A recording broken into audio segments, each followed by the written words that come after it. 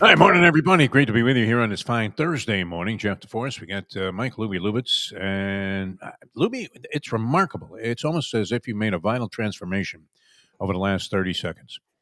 Because when I signed on and I saw you going through the usual machinations that you do and the various activity that you have to go ahead and execute to get the show on the air, it looked like young Luca Panici Lubitz had finally gotten to you that you were getting no sleep. Oh, and we majored in no sleep for many, many years when we were doing the morning radio. I can't believe we used to get up at 4:30 in the morning every Yep. stinking day. My God. And then bark this stuff out for like 4 hours. Now it's a luxury. I mean, if you ever feel like you're under stress here, I've been getting up at 6:30 and we do this for an hour. It flies by. It's like nothing. And seems like we're barely even getting started. As we say, well, we don't even scratch the surface and we're already finished with the show, which is great. But did that happen? Was it a no sleep night for you? Because you look fine now. I mean, if you were ever going to put on a game face, you managed to do it here. I was just trying to If write. you were thrilled to be here. I mean, great stuff by I was you. just trying to write the description, and I don't know, like, if I don't know what we're getting into today, to be really honest. So I was just trying to think about. I'm like, I don't even know what's going on. So that was sort of. I should have put. Sorry for Ed Garcia is what I should have wrote in there. Oh, wow. But Another it's sitting stunner, there another right stunner now. out of the sporting world. I mean, people are just in shock every day now. It's almost like watching CNN and seeing what the latest atrocities are. But what did we take over a ship yesterday? That was great. Yes. Uh, An oil tanker Pirating oil vessels. for no reason. We're just taking things now, like You we're know what? literally We think that stuff was headed for Iran. Okay, great. Somalian pirates. He was just down on the Somalians. Couldn't have had any more disparaging things to say, and then he goes ahead and He's found acts their like a lead. Somali pirate. Very nice. Confusion, my friend. But shocking. Oh, always something shocking. And that's what seems to be happening in the sporting world. We'll get to that. Sharon Moore, and we spoke yesterday. Everybody was giddy about, Ed Garcia, our big Michigan fan. Of course, proprietor of 14, I believe, different Texas Roadhouse restaurants. And the guy does a great job.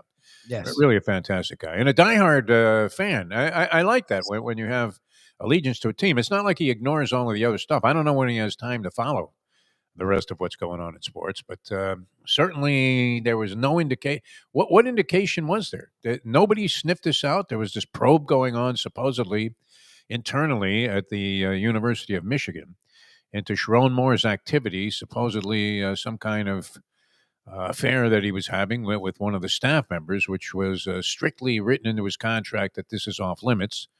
Now, it's not a good image because the guy is married, has 3 kids, and Oh, he is me. Okay, that's what I kept. Because Ken was like, "It's bad no matter what." I'm like, I get that, but I'm like, is he married or is he not? Because to me, I feel like in the public eye, that makes it worse. So married with 3 kids. Oh God. kind of like the mystery there with the Ime Udoka when he got Yes. canned for having an Yep. affair with one of the people in the Employees. Yep. front office with the Boston Celtics. Now, he was able to bounce back and is doing a nice job coaching the Houston Rockets. Managed to land on his feet. I don't know about Sharon Moore. I don't know that he has enough of a legacy as a head coach. Now, we had a decent year this year, 9-3. Bryce Underwood was nothing sensational, so it wasn't like he was some quarterback whisperer. I think expectation to productivity, you would probably say at best a wash with Bryce Underwood. Oh yeah. He had some typical freshman failings, and normally you would say, okay, yeah, the guy's a freshman, he's going to make mistakes. But when you're getting paid $11 million as a college quarterback for one season, the expectation, the anticipation that you're going to be great naturally is ratcheted up exponentially. Don't know all of the details there. I don't think they've been released. Supposedly, some staff member, unidentified, having an affair, and then oddly, and maybe out of frustration, whatever, to what transpired earlier in the day, he gets arrested on some kind of assault charge. So, not a great day for Sharon Moore and for the Michigan football program, which always seems to be. How come Ohio State is never investigated for anything? Nothing ever happens there, huh? Everything's above board there. I mean, they got these guys. They suspended 2 different coaches for sign stealing. They banned Harbaugh for 10 years. He can't come back to the college level, and I would imagine he has no He's desire fine to, now. Yeah. since Michigan would have been his dream job, and it would be hard to take another job. Although It's interesting too. I mean, the speculation immediately. Marcus Freeman is now the Bill Cowher of head coaches, where Yes. his name is mentioned and Gruden mentioned in association with any job opening, no matter how unlikely it is that he's going to take it. Now, well, we don't know. People have left Notre Dame. Brian Kelly did, left Notre Dame for LSU. Notre Dame, you would think, would be a pinnacle job on the college level for any aspiring coach, that they would want their next move maybe to be in the pros. Could you see Marcus Freeman leaving Notre Dame after the success he had this year and the 10 straight wins? Was in the finals last year in the college football playoffs and had a chance to actually win the championship. Would he leave for Michigan? And then Kalen DeBoer is the other name that was floated around. Yes. That would seem odd also, wouldn't it? Kalen DeBoer leaving Alabama. I mean, Alabama's in surprise. We know that. 9-3, not exactly satisfactory for those hillbillies there with the shotguns on the back of their trucks that are killing and eating beaver. I shouldn't have said that way, right? You can't even say that anymore, right? That's how sensitive people are. This political correctness in terms of things that you say. So, we'll amend that from eating beaver in the morning. It's so ridiculous, Libby. I did want to say this before we got started. Pete Alonso ends up signing, leaving the Mets. The Met fans are just shredded right now. They literally have like an obituary on the front page of the New York Post for the New York Mets. I don't know. They're going to be. Are they going to be okay? You got to breathe or bereave, not you got to bereave. Not take off. I thought Alonso had fallen off a little bit. Am I wrong? Like I saw that yesterday. He wasn't great this past year. I was like, okay. Like I thought Alonso's not like nearly what he once was. Well, you do have three guys that left that were very popular with the fans. Alonso was a Met, and you would like to see, if you're a Met fan, a guy remain a Met throughout his career. He started there. He was out of the University of Florida. I didn't realize that. Did you know Pete Alonso was a guider? Yes, that's a big reason. One of the big reasons why Ken hones in on him. Yes, what he does in home run derbies is a little non-conventional and breaks the rules massively, but and he gets away with it. That's also in line with being a Gator. Yes, it's well known he's a Gator. Yeah, I don't know. Do you despise Gator baseball? Gator baseball was pretty good, as I recall. It wasn't quite as good as Miami and FSU, but it was right up there, and it may have exceeded. I don't know. Is FSU still good at baseball, Lubie? Yes, they've come back around. Okay. The guy they took Notre Dame's coach. He was an FSU alum. Played under Mike Martin. Miami baseball has not been at the same level the last. I mean, it's not the same level, but FSU's come back into relevancy. I don't know about Miami. Gator baseball is always good, man. They have a nice little stadium. Gator baseball's always consistently been good. Yes. Called a bunch of games there, and unfortunately, there was no bagel shop with Jason Cole, or at least from a culinary standpoint, it might have been more favorable to be in Gainesville. I don't even remember where we used to eat when we were there. Sonny Hirsch knew every restaurant in every city. Didn't matter how rinky-dink the college was, he knew where to go to eat. Right? You could be playing, versus Middle Tennessee State, and Sonny, okay, we got to go to Jose's. Jose, not too many Mexican restaurants, I don't think. All right, so that was also big news, and they're crushed in New York. They lost Nimmo, who was very popular, 10-year Met. Edwin Diaz was with the Mets for 7 years. He was one of these guys who came into blaring trumpets, and everybody knew that he was, in all likelihood, about to come in and strike out the sides. And Pete Alonso was a guy that hit some classic and memorable home runs. All-time leader, in spite of the fact that Darryl Strawberry played there for many years, and they also had other home run hitters on their roster during the course of their history. That's was there a while. He was the all-time home run leader for the New York Mets. Had more home runs than any other Met. They are absolutely, they really are. It's a bereavement what's happening there, and the target is David Stearns, the GM, and the headlines are along the lines of Stearns better get this right. Yeah. I don't know what's going to happen there. I mean, you lost some pretty potent components of your team. Between Alonso and Diaz, I don't know that Nimmo is such a disaster. He was a good player. He played a lot of games. He was pretty steady. A guy that people appreciated because he looked like he had a little bit of that Charlie hustle in him. He ran to first base after walking and seemed like a guy that had his head into the game. But the trade at the time it was made was deemed to be fairly even. So we'll see what happens. They got a veteran guy there, some schmank, who seemed to be of equivalent value. So yeah, they're screaming in New York. We had a couple of NBA Cup games last night. The Cats won their third in a row. That was great. That's nice. Carter Verhaeghe is heating up. He's got a great Nice. streak going. 6 goals and 5 assists the last 6 games. Scored a goal in 4 straight games. And yet, I was reading a handicapping column today that recommends that you take plus 125, Lubie, plus 125, Okay. getting a little bit of a price, that the Okay. Panthers will miss the playoffs this year. Oh, no, Miss that's the playoffs entirely. That's someone who is a New Yorker or a Boston fan and is very bitter. Interesting that you would point that out because he also recommended that you bet the Bruins to make the playoffs at plus 270. He's Even though it looking appears for that they're he's trying to do like a horse racing kind of a bet where he's looking for like a long shot. The Panthers, I don't know what happened to them. The fact that they're missing 2 of the top 10 or so players in all of the game has affected them. They were in the middle of the pack. Now they're near the bottom of the pack. But as our friend Brian pointed out the other day, they're still within striking distance of first place in their division. So they're not, like you talked about the other day, they're not alone. It works out in their favor. A lot of teams are struggling. And the difference is even without those 2 guys, still have Marchand and you just said Verhaeghe and Bennett. Like they're loaded. Not very much from Marchand lately. Is he still on fire? He was tearing He's it up. been consistent. I mean, I'm sure he's tailed off. He's an older dude, but he's been consistent. Like there's enough talent there. I find hard to believe they're not going to playoffs. What are they going to do? I don't know. Like that comes down to, does Tkachuk come? He's supposed to come back in December. We're in December. I haven't heard anything about Tkachuk. And what happens with Sasha, like Barkov? Like that's, if he can come back. Sounds like he's Kaputski for the year. No? He doesn't play at all this year, and Tkachuk does what he's done in other years where it's supposed to be December, but it's really February. Yes, I can see them struggling in the playoffs. I find it hard to believe they've hung around right in the thick of the playoff race, and they're a team that's been to 3 straight Stanley Cup finals, so they're probably not going full bore. Even if they were healthy, they probably would sort of mess around a little bit anyways. I think that's wishful thinking. Like this team's and it's hockey where everyone makes the playoffs. So like to say they're not going to be one of 16 teams, I find that really hard to believe. You know how when you see Bryce Young quarterbacking the Carolina Panthers, and you're thinking, is that like the coach's son out there or something? He's getting a couple of snaps. I mean, this just doesn't look to be physically large enough, imposing enough to play that position in the National Football League and last very long. 2 is sort of in the same boat in terms of size. Yes. It's Connor Bedard, the guy that was like the number 1 overall pick a couple of years ago for the Chicago Blackhawks. Yeah. First of all, he looks like he's 9 years old.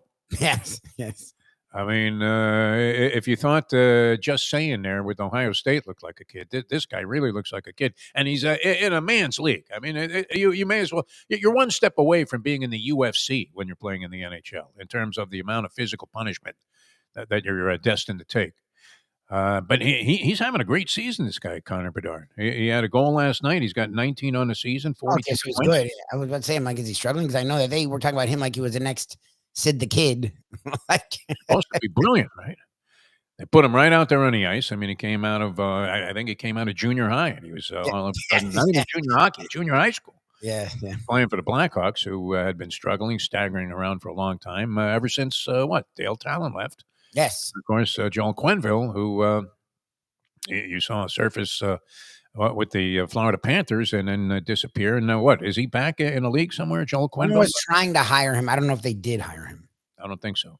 No. I want to say no. Seemed like a decent guy, man. But, wow, when you're involved in a cover-up, how come nothing happened to Urban Meyer on that? Yeah. Unbelievable. That was some ugliness. That was Sandusky type of stuff that was going on there. And the NHL is, I mean, for as much of a cult sort of sport as it is in terms of the fans that really dig what's going on out there, and it's expanded the interest in the game as it's become more relatable on TV, I guess. They've got better contracts, more exposure. Still, there's like a seedy underside to the NHL that nobody likes to talk about. And that was exposed, and it was pretty ugly. That all being said, and we're going to get into the trivia challenge here in just a minute here with Dave Gyrggles Gergely. I'll get into this other stuff later because I watched that thing. I don't know if you caught it last night, the 30 for 30 tribute there, sort of documentary on Stuart Scott last night. Okay, so I was wondering where all the Stuart Scott stuff was coming up. I was like, is it an anniversary of his passing? I realized there was a 30 for 30 on him. Yeah, it was really well done, and it was It was kind of enlightening. If you're in the business, you could relate to a lot of the things that happened with this guy. I was never a huge Stuart Scott fan. I'm. It's kind of weird for me, to say that. Yeah, you like a little bit of substance with your shtick, and if it's all shtick, it doesn't seem to carry as well. At least it didn't for me. No, it's funny you say that because when he first came out, I was young and he would use like more hip, like Yes, that was the modern thing. phrases. So I liked him when he first came on. Like I thought he, booyah and all that stuff. Like I thought he was classic, but it never grew. Like he just kept using the same phrases over and over again, and It he never worked. really got into anything. Like No, so, it got old. I remember after a year or so of it being like, okay. I mean, it was fine. You know what the guy's doing, and he's doing what the network was very in favor of when he was on ESPN2. But it won me over. I mean, as compelling as the Jim Valvano speech was, which I could watch a zillion times, and Yep. even though you can mouth the words to it, it's still great and very inspiring. Stuart Scott, when he gave the speech as he received the Courage Award, what was that, the Arthur Ashe thing they give Yeah, out? he was set to die. I mean, he was Very, very involved. compelling. And then when you saw what he was doing and what he was going through, nothing but massive respect for this guy. Very much like Ernie Johnson, if you weren't an Ernie Johnson fan, and you saw what he was doing for this young man that he adopted, who had nothing but, I mean, just serious medical trauma. The English patient was in better shape than this kid, and the dedication and doing this while he was going through his own cancer treatments. I mean, some people, when you're fetching and whining about your own life, Lubie, or your current situation, and you see what some people do and how they handle things, you really have to look in the mirror and just say, "Hey, wait a minute, man. I gotta just take a little more of that attitude and a little less about just whining and bitching all the time." All right, we're not going to do any whining and bitching. We're going to get right into the trivia challenge here. Let's bring on Gyrggles. Dave Gyrggles, Gergely, ladies and gentlemen, who is going to conduct the trivia challenge. There he is, looking great. Gergs, looking better every day, man. How you Yeah, feeling? brand new outerwear here at Miami Lakes, and it's perfect because it's a little cool this morning. And the hat, is that a new That's entry Miami also? Lakes hat too as well. Yeah, I've already made the rounds. Make sure all the divot buckets are filled on the par threes, filled in a couple divots before coming back on with you guys. And some of the Mets fans I've heard are still upset because they traded Jim Fregosi for Nolan Ryan. So Yeah, I mean, well, I mean, you that was can't a praise bummer. those guys. Eh, At the time, it made a little bit of sense. Can you imagine? You were getting this veteran guy that you needed to help anchor your infield, and Ryan was a little bit wild, very inconsistent as a New York Met. Of course, he went on to win like 500 games and strike out 8,000 guys. But and Fregosi, I think, hit 264 and then retired. That was about it. So if I'm correct, this is 2 weeks prior to Christmas, right? Yes. Yes, yes. You know where I will be in Christmas? Mahoning Valley Racetrack. No, I will be at Cabo San Lucas, Mexico. Oh, nice. How'd you pull that off? A young lady from the past out in Palm Springs, California, gave me a call and said, "What are you doing for Christmas?" I said, racetrack's closed. I'm not sure. She goes, "Well, if you can get the airfare, I've already got an all-inclusive package to Cabo San Lucas, Mexico." Next day, I'm on the phone booking the airfare. I'm gone. Nice, This isn't the nice. shipper of previous fame, is it? No. This is a different one. Just The shipper OOP? Is she out of the picture? no. This is just a friend from the past. I don't. If there's double beds, it's fine with me. I'm just looking forward to the resort. All right, very good. This isn't one of those deals where you got the blind date in Vegas and you have the heart-shaped tub in the room. No, not that one. Okay. No, that was a good one though. I like that. Yeah, that was excellent. All right, so we're going to get into the trivia challenge here. You can dial us up if you want to play 954-417-0070. 954-417-0070. By the way, Mr. Bernetti sends his best to you. Oh, I yeah? did the Larry Little celebrity thing, and I mentioned you, and I said, Jeff talks about you all the time. He goes, "Oh, please tell him I said hello. We John miss Jr., you right? guys. Here's a check for $2,000." No, he didn't say that. Exactly. They dropped their simulcasting there at Hialeah. I know we mentioned it in the They did? we've been running, yeah, but I they didn't don't know have it. that. Yeah, They don't even have simulcasting. no. Oh, wow. really? And they dropped it. Can you believe that? Oh, They had made a pretty good thing there with this simulcast. Yeah. You loved it, I know. You Yeah, liked nice it. Yeah, crowd. close by. Like when Pegasus comes, I would go there. Yeah. Yes. Wow. At They had a nice- Captain Tournament there a couple of years in a row. Yeah, we did. Leslie Visser was there. Yep. That was great. But yeah, apparently no mas, no more simulcasting there. I don't know what they did with the room, but yeah, if you're venturing down there trying to make a bet on a horse, your best bet is to turn around. Oh, that sucks. Yeah. I wish I'd have done that about 500 times. I wish I'd done it the first time. Would have been far better off. Why did I end up in the parking lot there for Fortunos and walking my way into Roosevelt Raceway? All right, let's get it going here. 954-417-0070. If you'd like to play the game, we have prizes to give away. We're not sure exactly what, so we won't specify anything. Hopefully, we'll send you something. And the way it works, obviously, Gyrggles is going to fire off these questions, and you dial us up, and we'll take the high point totals and square them off, much like in the NBA Cup. We'll have the two high point totals going into finals here. There is no trip to Las Vegas. So we'll get it started in the somewhat traditional fashion, as it's been the last few years without the Polyman on the show. But he's always in the spirit of the program here as the co-creator of the program and the guy that really kind of invented the game. So in honor of the Polyman, we have Dave Gyrggles, Gergely, and some Easy Baseball. This female comedian on Baseball Actions and Reactions said, I don't know. When I watch baseball, every time a baseball player grabs his crotch, it makes him spit. Marsha Warfield, Paula Tucker, or Sophie Tucker? All right, Roland, are you going to have Luca work the remote button there? Very good. I know he loves the random phone scrambler. Babies love that, the random phone scrambler. True. All right, lands on Ron. Ron, you're on the Trivia Challenge. Good morning, sir.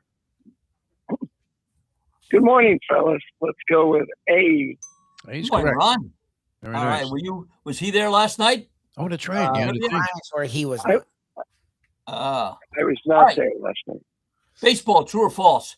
In the news, you mentioned this morning, Pete Alonso got his nickname, the Polar Bear, while playing in Port St. Lucie with the Mets Farm Club. And believe it or not, who gave it to him was Tim Tebow.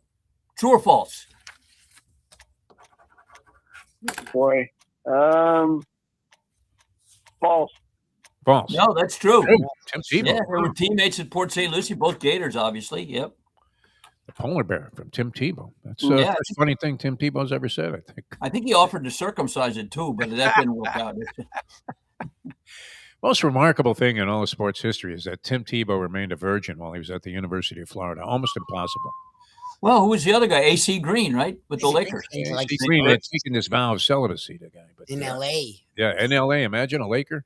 All the other guys are in some hotel room having orgies while they're playing the Rockets on the road. All right, 2 for 2 and going for 5. No, he missed that one. Oh, he missed it. Yeah, he did. He got one. He's 1 for 2. Yeah. Like I said, you're 1 for 2, Ron. All right, a guest on our show in one of the greatest segments we ever did. After Bruce Jenner won the men's decathlon in 1976 Olympics, believe it or not, he was drafted number 139 overall by this NBA team. Wow. Was it the Lakers, the Knicks, the Warriors, or the Kings? Oh, boy.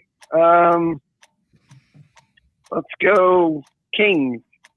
Well Kings. done. That's Nice probably the only team he could have improved.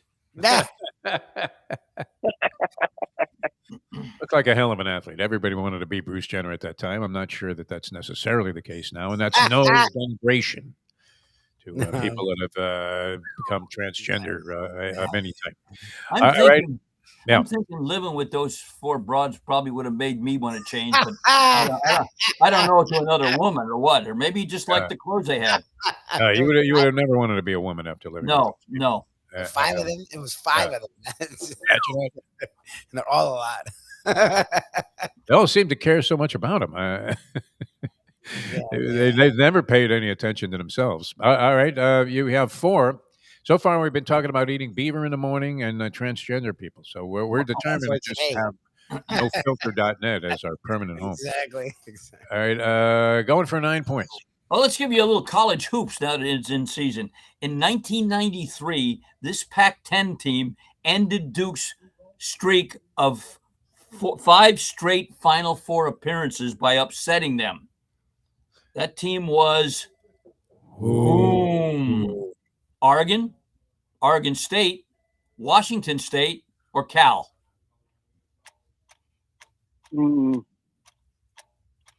Let's go Oregon State. Oregon Nope. State. It was California beat them. I'm gonna say that. Tough- That was my Well, guess. tough draw, Ron. All right, not bad. 4 starts us out, mile total, but could be worthy of being in the finals. You can jump on board if you want to play. 954-417-0070, 954-417-0070. Quenville is the Ducks, Anaheim Ducks coach. It said at the beginning of earlier this year they hired him. I remember someone flirting with hiring him, so I guess maybe that's what it was. The That's Ducks what I did remember. hire him. It was like a I guess everything went away magically. I don't know, because we really kept him here. He was great here. Seemed like a decent guy. I mean, rather unfortunate what happened there with the Blackhawks. You could say not even somewhat inexcusable, but just highly inexcusable. Yeah, no, Hey, you Steve can't. Dusty, what are you doing in there in the shower? I mean, come on. Let's. You're the head coach. You're responsible for some of this stuff. 954-417-0070, 954-417-0070. Any big hits at the track, Gyrggles? I always see you No. I very luckily, studiously going about your business. last Friday we had a tournament here for the Charlie DeLuca Foundation. Yeah. So 9 o'clock, I'm schlepping the bags. 12 noon, I'm doing Beat the Broadcaster at $20 a pop, and I didn't get a nickel of this. I raised $2,400, Get out of here. and I hit the green 2 times. Then I rushed to Hialeah and had to announce all the athletes off camera for the dinner. Then I had to go to Miami Springs and raise money doing Beat the Broadcaster for Larry Little. I had a 140-yard hole uphill. By the end of the day, I was hitting driver. I was so beat up. But the good news is it put me on the couch for Indiana and Ohio State and watched Georgia, Alabama. So, no, I may take a little ride Friday out there. Maybe I'll see you after your lunch deal. Who knows? Okay, that sounds good. All right, let's get into our next set of questions. Here's Dave Gyrggles, the busy Dave Gyrggles. Kind of a sports combo question, or as Paul used to say, flashback. This Washington State hoops coach on his life as a high school athlete in Pennsylvania recalled, I went to Catholic school in Philadelphia. We had just one coach for football and basketball. He took us all out and had us run through a forest. The ones who ran into the trees went on to the football team. George Raveling, George Washington, Kermit Washington, or welcome back Cotters Washington. All right, here we go. Random phone scrambler. Always heartening to hear from this gentleman because it means that he's in good shape. Andy, you're on a trivia challenge. Good morning, Andy. But I'll go with A, and then welcome back, Cotters. Washington was boom, Washington. Right, he was. Yeah. Well, that would have been the true or false question, but you blew it, so I'll give you a different one. All right, you're in the game, Andy. All right, NFL football, Andy. It's been more than 20 years ago, maybe even longer, that ESPN showed simulated NFL Super Bowl games with teams from different years and different decades. Believe it or not, they showed one game in which our late great friend, the Mad Dog, Jim Mandich, played for the Dolphins and played against himself on the Steelers. True or false? True. Yeah. Remember that one? Yeah, true. That was great. Very good. Yeah. That's an interesting development, sure. you play There's Sandich. Oh, and it could have been like that play we saw with Jalen Hurts where he throws a pick and then fumbles the ball. Yeah, wow. Those are your Philadelphia Eagles there, Rick Gyrggles. Boy, they're stinking up the bed, I'll tell you that. Defending Super Bowl champion. I mean, they are the defending champions. 2 for 2, going for 5, Andy. All right, NBA. In the decade of the 1980s, this coach was the only one to be the head coach and winning coach in 3 NBA All-Star games. Was that K.C. Jones, Pat Riley, Chuck Daly, or Billy Cunningham? Chuck Daly. Chuck Daly. It was Incorrect. the Kangaroo Kid, Billy Cunningham, 80, 81, and 83. Very nice. 2 going for 7, Andy. This will put you in the lead. All right, let's go back to baseball. Who was the first player of the following to hit a grand slam in his first major league at bat? All right. Tony Perez, Bobby Bonds, Harmon Killebrew, or Jerry Grote? So is the killer. No. Harmon Killebrew. The logo. Nope. It was Bobby Bonds did it in 1968. Wow. Hang around, maybe in the finals. Gary you know. Brody hit a grand slam in his first major league. No, I didn't say that. Oh, But no, okay. Bobby Bonds did. You just threw I this just guy. put him in as one of the choices. Very nice. All right, 2 points, Andy. You never know. It could be good enough to get you there. We'll find out in just a minute. As you can dial us up if you want to play at 954-417-0070. 954-417-0070. Lubie, it'd be interesting to see how long it takes you to teach young Luca to answer the phone and place the people on hold. That would be pretty wild, wouldn't it? He just doesn't have to multitask anymore because he's got an assistant, a young assistant there. As long as his godfather's not Josh, who whispers the answers in our ear while he's answering. Oh, remember that Josh Friedman? Yeah. No, he would say him on the air. Yeah, it's me. He would say it on air, really, Frito. I remember we had a cute blonde that worked there too, and she wore a T-shirt all the time. We tried to get some spots off with magic rust stain remover. Wow. What was the pesticide Paulie was endorsing? The mosquito. Mr. or something. Yeah. Mr. Mosquito. Yeah. I think he got 500 for the year though, instead of the month. Poor guy. You could just give me the nickel up front. Yeah, that was it. All right, 954-417-0070, 954-417-0070. We have Ron with 4 points. He's in the lead, so easily overcome this particular total here. Very low. The over-under total for all players today, I think, was somewhere around 13 and a hook. So but we're nowhere close to that. We need somebody to score a perfect score for the over players to cash. 954-417-0070. If you'd like to join us here on the program. Gyrggles, tell us a little bit about Perdomo Cigars here. Yeah, you betcha. Of course, we sell them right here in the pro shop. We got the Churchill and the Robusto of the 10th anniversary, and I was smoking a nice one on the 7th tee here, and then I took one down at Miami Springs, and who wanted to bum one from me but a guy named Darryl Fullington. Remember him? Oh, yeah. Yeah, won in the 87 Ks. Played with you know what he was famous for? No. On the Flutie pass play to Gerard Phelan, who did he sail the ball over? No kidding. Darryl Fullington. Wow. The defensive back that probably should have made a play on that ball. Well, I gave him a cigar anyway. But you don't have to come here. You can come to the golf course. It's in great shape right now, and the greens are rolling great. Or you can go to 5150 Northwest 167th Street and go see Nick Jr. Nick the Third is around now, too. 5150 Northwest 167th Street, 305-627-6700. They're open 9 a.m. to 6 p.m. Monday through Friday. I'll find out their holiday hours this week.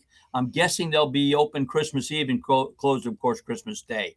But you want a great cigar, they're perfect. And I would say put something great in your mouth with a cigar from Perdomo Cigars when UM covers that 3.5 versus Texas A&M.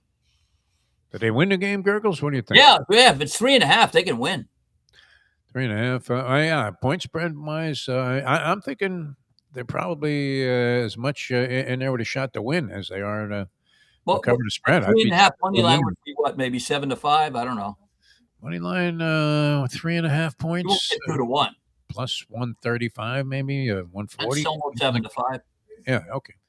Very good. Making the equation from sports betting odds to odds that you would be represent. I mean, and we can calculate racetrack odds. Oh yeah, degenerate stuff, no doubt about it.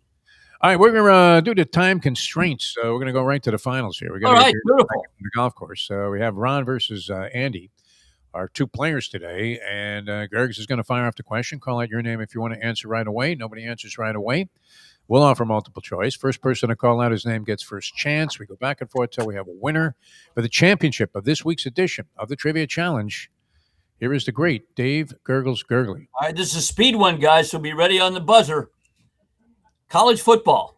When the Miami Hurricanes won their first national championship in 1983, it came even though they were trounced in the season opener 28-3 by whom? Oh, that's an easy one. Anybody? Ron. Yes, gotcha, Ron, gotcha. Then he was asleep. That would be the Florida Gators. No, that's wrong. It's wrong? So what year is What? this? Wasn't it FSU? No, it was a Gator. Oh, It was a Gator. Oh, I'm Yeah, sorry. I have a misprint on my And then he won thing like the there. next Yeah. 11 games, Sorry. murdering everybody, and then like won Just the wanted title. to throw Ron off his game a little bit. Yeah, no, the world is aware Ron, of this. Ron, you're Ron's a lucky. I was Gator. thinking for my Ron- friend's teeth. I was thinking for my friend's teeth. Yeah, my friend Ron's a Gator. Ron. Congratulations, Ron. You get that gift certificate to nowhere, and it's worth nothing. A nondescript gift certificate, Thanks, Ron. I appreciate generic gift certificate will be given away. Oh, all yeah. right? Generic not- bread. I know that place. it. Yeah. You can go there anytime, and you don't even have to identify yourself. They don't take Gentlemen. credit cards or cash. You're the All man. right, very good. Dave Gyrggles, See you next week, sir. Yep. Looking like he could play 18 today, doesn't he? Yeah, that's good. He's got that look. He's trimmed down a little bit. Always good. This is one of those cases where a negative was turned into a positive, huh? I guess, yeah. Guy needs like a hip replacement. I got a guy that I see on the Walk of Life every day. He's had 4 hip replacements. Really? And he's moving like a winner. Yeah, back in the day, knee replacements, hip replacements were not last so long. a sure thing as they are now. They were far more difficult. Well, I mean, think about this. Remember, this is when these incentive, I don't know, there'd be like anti-incentives, restrictive clauses were put into contracts for major league athletes or pro athletes. It was when I believe the first time I ever heard this mentioned was when Jim Lonborg, then a star pitcher for the Boston Red Sox, was injured in a skiing accident. And I believe he tore his ACL, and that was like, you were finished at that point, Libby. Yes. It 80s, was over. 90s. Now you have guys coming back from all kinds of crazy stuff and doing it rather quickly. So it's changed a lot. The hip replacement and knee replacement definitely has made tremendous advances. Not that and unfortunately, I haven't had to get either of those. So it's great. All right, coming back with more in a moment. We'll have much to talk about here on the show. Shocking developments all across the world of sports. Mike Lubie, Lubitz, Jeff DeForest. Back in a moment. Now that. The time. It's 8:39. Hey folks, Tony Segreto here. Let me ask you a question. What do you look for when you go out to eat? Good food, obviously, friendly atmosphere, not too loud, but good energy, reasonable prices, and a place where you feel comfortable.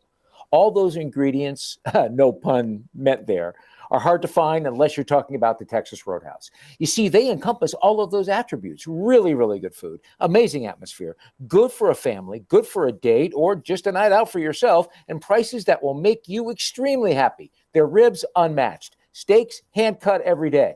Everything, and I mean everything, is made on site, including their incredible bread.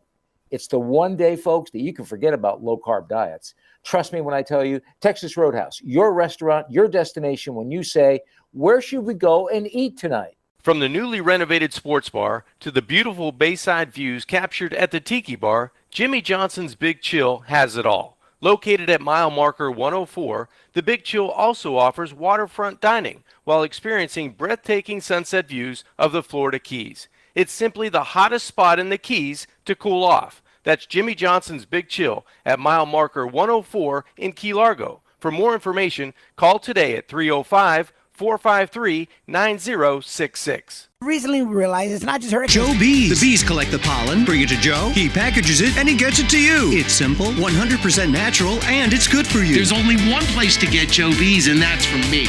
Joe B. If you want to look and feel good, call 877-300-5632. I have sinned against you, my Lord.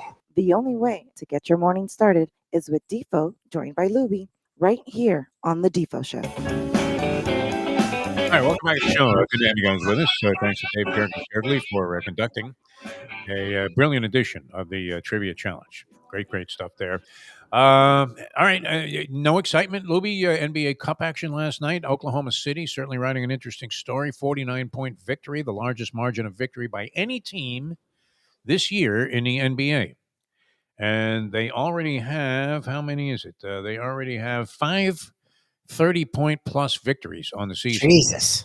They're 24-1. That is the best 25-game start since the only time it happened before was with the 2015-16 Golden State Warriors. Jesus. Was it that long ago that Golden State? What Yes. was its prime run? Right there? after the big three. My Like the Heat God. went from the Heat right into the Warriors, and they hung around for a few years. Then they That's came really back. 10 years ago, Lubie.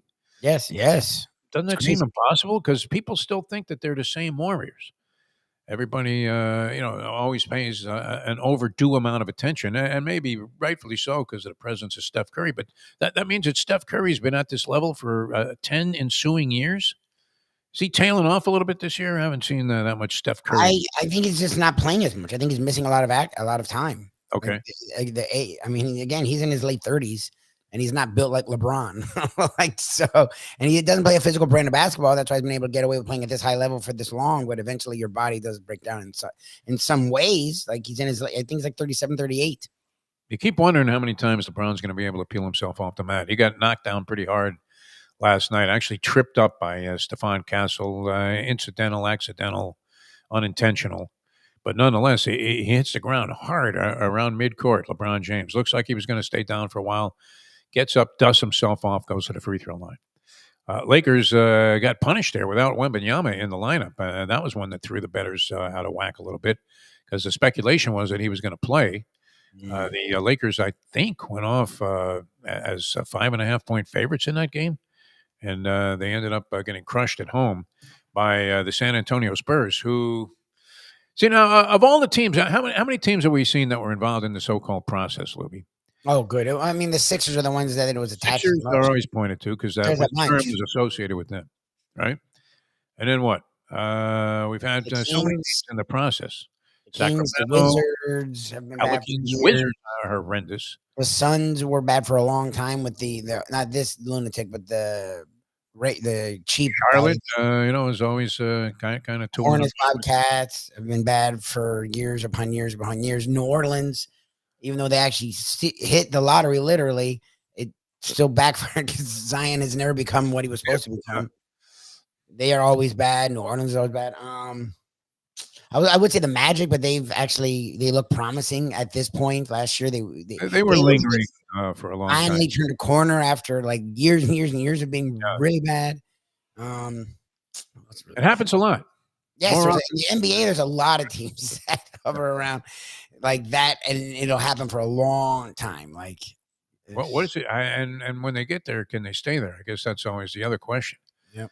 I mean, if you look at the 76ers, you would think that they would have achieved more the way Maxey, who I believe I pointed out to you very early on, Lubie, and said this kid's going to be something, and the guy turned out to be great. Yeah, he's legit. Now he's like really good. You could see he was there, but Embiid's inconsistency in terms of being physically available seems to have compromised Philadelphia's chances of really excelling. I tell you, the surprise team is the Boston Celtics, are they not? The Celtics, without Jason Tatum, still giving a very good account of themselves. Pretty impressive. But nobody, Lubie. I mean, how much do we even know a lot about the Oklahoma City Thunder, even though they won the championship last year?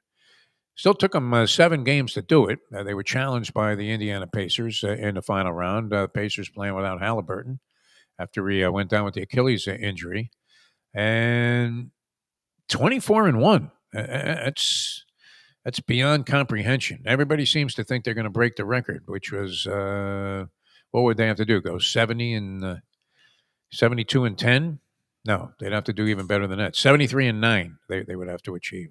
I think to eclipse Golden State's record from, I would imagine, that very same year. So a 50-point blowout, 49-point blowout last night, as they will now advance of the highly coveted NBA Cup. Probably decimate the San Antonio Spurs and the survivor of Knicks Orlando. So what did the NBA do for itself there? I mean, they did create a situation where, and I believe, are these games going to be played on Saturday? So on a day where you don't have college football, the NBA swoops in there and steals a spotlight with their NBA Cup. Does that make for clever marketing while we were panning it yesterday, saying how meaningless it is? What do you think, Lubie? They get a little bit of a spotlight in something that's supposed to mean something. Is this like winning the Intercontinental Heavyweight Championship on a minor league professional wrestling circuit? Would you equate it with that? Sure. I mean, it's something. They celebrate you. You get a $500,000 bonus. Each player gets that. So there's something to it. It's just, my dad asked me last week about it, and I laughed, and I was like, I don't know how to explain any of this. I don't care about it. I'm like, I don't understand it. I don't see the purpose of it. And I don't think it brings the eyeballs that they pretend that it does. Like, I don't know anyone that's paying any more attention to the NBA because of this thing that's actually more convoluted than just playing games. Ian Eagle doing the game last night, the Laker game on Prime Network, which seemed to have, I don't know if this was by design or mistake, Lubie. What do you think? The coaches, you could hear everything they were saying the entire time. That they had. Yeah, I like that. Okay. I mean, and back and forth, and sometimes both at once. I don't want okay the entire. No, I don't want the entire time. I'm just saying I like the time. I like this new thing that they'll do, the college football, where they like go when they do the reviews. They like go to the thing and they hear the conversations. And it's like, okay, so they actually don't just throw darts at a wall because the reviews would always be the dumbest thing. You're like, that thing's clear. They go, no, overturn. It's like the guy caught it. Like it's caught it. So they're just closing their eyes and yes or no. Like, is that what? Like they actually go through it. They go through every angle. I remember when an announcer, it was either with shoes or something, going, you know what? Even if they in your eyes get it wrong, it actually does make it make more sense when you hear them. And I laughed. I was like, it actually sort of does. So that I like. Yeah, constant chatter is weird. Like I don't need the constant chatter of coaches. Oh, yeah, you heard every single thing. The guy, I mean, when they were yelling and screaming at their team, get back. A lot of stuff. I don't even know who is the San Antonio coach. He looked like a facsimile of Tyronn Lue, but who is the San Antonio coach? I've seen. It's amazing that they're not featured more on national TV, or else I just missed. I think Popovich is still the coach, isn't Pop? No, Pop. He's out. Pop is gone this year. Mitch Johnson. I don't know who Mitch Johnson is. Never heard of the guy, right? I don't even know that guy is like a former player. I've never heard that name. Didn't look like a former player. Although Tyronn Lue doesn't necessarily look like a former player either, and he had a reasonably decent NBA career for a guy that was coming off the bench. It wasn't horrible. That's for sure. I tell you what's weird. The replay that weirds me out the most, Lubie, where you're yelling and screaming, and not just the traveling. That's NBA stuff. Tyler Herro had a play the other night that they featured as if it was some brilliant play. He takes 11 steps, Lubie. You're screaming, "He traveled! It's traveling!" Even if it's your own guy, I mean, it's offensive. Now, there was a time, you'll find this very difficult to believe. It wasn't necessarily throughout and universal, but where I was growing up, believe it or not, in Brooklyn, there was a certain amount of integrity where you felt obligated to go ahead and make the right call, even if it wasn't favorable to you. Like if you knew that you were the guy that knocked the ball out of bounds, you would admit it. If you knew you didn't catch the ball, that the ball had hit the ground, you would admit it.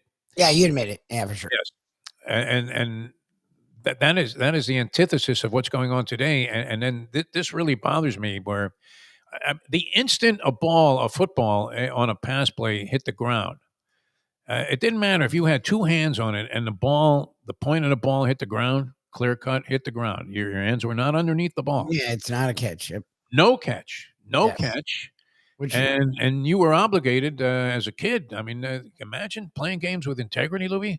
Yes, you admit it. You would have to say, "Nah, ball hit the ground. I'm sorry, man." You know, and your own team is like, "Yeah, what are you talking about? Ball hit the ground."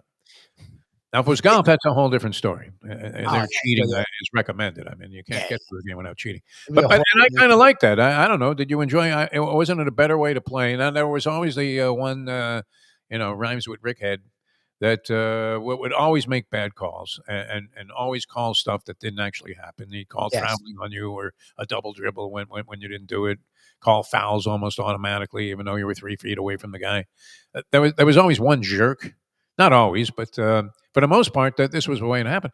But in the NFL, the ball clearly hits the ground on about a half a dozen replays every week. Well, look, yeah. I mean, look. The announcer's like, "Oh, well, no, it looked like he had clear possession." I'm like, "What are you talking about? The ball's on the ground." I remember when they changed it because it used to be, it would be annoying where a guy would have a catch. He has the ball, and then any bit of the ball would barely touch the ground, and then they would make it incomplete. It's like, that's annoying. Like that was clearly a catch. So I got the idea of, okay, we're taking away catches from guys. But the problem is they then opened up a can of worms where they started this keeping it to the ground crap. Yeah. Where it's like you have to then Zapruder film the thing. to the out of bounds or to the touchdown out of bounds or to the, like, it's made things that either are clearly catches, not catches, which is annoying, or things that aren't catches in some weird way. Like, all touches the ground. I mean, this drives me crazy. it's I made it saw more convoluted. 3-4 times over the weekend where a guy is making sort of a diving catch or he's going to the ground to catch the ball. It goes right between his hands. He's got two hands on the ball, but the ball hits the ground. And as soon as it touches the ground, for my estimation, that's it. Incompletion, my friend. But that one really drives me crazy. The NBA reviews are kind of comical. I'd agree with you with that. Where and no NBA player. I mean, they're always motioning to the coach to go ahead and challenge almost every foul call. Yes, every play is like, dude. Because it doesn't matter what you do to a guy. You could take a machete and chop off his left arm. And what? On me? When it's over, it's not even like they used to always chirp. Now it's like, oh my God. And they start walking around the court and they're throwing things like, then the replay is the guy hitting him in the mouth, blood's coming out. It's like you punched him. 3 teeth are on the floor. It's like, so you really didn't commit that foul? No NBA player ever committed a foul. Ever. They're all playing just clean as a whistle. They're using that Brooklyn integrity theory yeah. that I was talking about, which, I mean, that's 100 years ago. So, I think things have definitely changed in terms of the way people play and their competitive nature getting the better of them, which is for sure. All right, so yeah, I would recommend this Stuart Scott thing. It was actually inspiring, Lubie. Not just to people in the business, but to anybody that's out there. The guy would go get some devastating, I mean, just absolutely debilitating chemotherapy and pull the plug on that and go straight to the gym. And the way he put it was very interesting and kind of moving. And he said, listen, I'm probably not going to beat this thing, but I'm going to fight as hard as I can. He had a young daughter at the time. I know she's now two young daughters he had, yeah. And it was interesting, too, because as he got more and more popular, originally, probably the funniest thing that happened on this, I mean, there were some humorous elements to it also. It wasn't just a total tearjerker. But the funniest thing was when ESPN2 signed on and they made Keith Olbermann, they tried to have him dressing hip on ESPN2, had a Sports Center type of show. I don't know if it was called Sports Center. I think it was called something else. And Stuart Scott got his start with ESPN by doing something called the Sports Smash, which was essentially an update that was taking place during an update show. so they were giving you the scores and a review of everything, and at the same time, I don't know if it was just maybe it was a panel discussion show. I'm not sure, but he was doing these sports updates, doing a thing, and he did a great job. The guy was really good at that. But Olbermann, they tried to dress him like he was an MTV VJ. Oh Jesus! And it was so out of, I mean, so incongruous with everything that not only he kind of represented on SportsCenter on the regular ESPN, but I mean. You were wondering, I mean, what wardrobe malfunction could have possibly led to the decision to wear that? And he had kind of a weird mustache and everything. So, but you know, seeing as most sports fans today have had a very generous portion of ESPN programming infused in their television viewing over the years, what would you say? I mean, what percentage of your time is spent watching an ESPN related channel? Although you have broader taste now than I do. Because you'll watch like regular shows. Yes, I watch a lot of shows. I'm at the point now at 74 where just putting on Prime Network is a pain in the ass because you have to use another remote. And then you got to check in. I have to turn the light on to see which button I'm pushing to make sure I don't throw it into some kind of recalibration of whatever it is that they do. And next thing you know, the TV's out for the next 2 hours. Yeah, I find that a little bit annoying, but the Prime coverage was good, and yet that being said, I don't venture into a lot of Netflix, even though I have it, Lubie, and there are many programs that look like they would be interesting. So, what percentage is it? 50% of the time that your TV is on some kind of ESPN or ESPN affiliate? No, never. No, now I don't watch any of that. I watch if there's a game. That's really it. Yeah, but I mean, I'm talking about an all-inclusive. Because I see the talk shows, and I'm an immediate pass. Yeah. I don't. I mean, you're saying I watch that much games? No, that's the problem. I don't watch that many games. ESPN in general. I mean, what it blossomed into. I watch ESPN compared to what all of my viewing, probably about 20% of the time now, because I do watch games like 4 to 5 days a week, I guess. Like a game here, a game there. But like I watch a lot of TV. Like I watch a lot of shows. So Yeah. Just especially now with Look at Night, I have to kill like 4 hours. So there's always some kind of a show on. I used to watch it. I even until the last few years I was still watching those things. It's just, I don't know. Like, their programming got stale and it's just tough. It did. They ran out of ideas, huh? It just became a lot. It's fair, yeah. I mean, when I saw Stephen A. Smith on The View the other day. Oh, get away. Not that I'm a View regular, because I don't mind The View because at least they seem to be they on go the right after the side I go after very openly, and I appreciate that. So if it's on, okay. Well, who are they making fun of today? I don't have the Whoopi hate that a lot of people have. Like I grew up, Whoopi was someone people liked, so like I don't despise her like a lot of people do now. Like I grew up liking Whoopi Goldberg, so I don't mind. Goldberg, I mean, the show kind of got monotonous. Yeah, I mean, it's not a fun show for me to watch, but like it doesn't make me angry. Like people watch it and get angry. I'm like, okay, like whatever. Yeah, but it's definitely a strange thing. But yeah, Stephen A. being on he's a political guy now, and I don't know what he wants. He wants to love Trump and then hate Trump, and then he's like all over the place. He's trying to be like the male version of Candace, whatever her name is, that's now been kicked out. It feels like that's what he's trying to do, like be the angry black guy who was a Democrat but now isn't. I don't know. Yeah, Jamel Hill or whatever. Well, and Stephen A. is just what he's doing with. Yeah, you have no idea where he's coming from on anything anymore, and he's just screaming.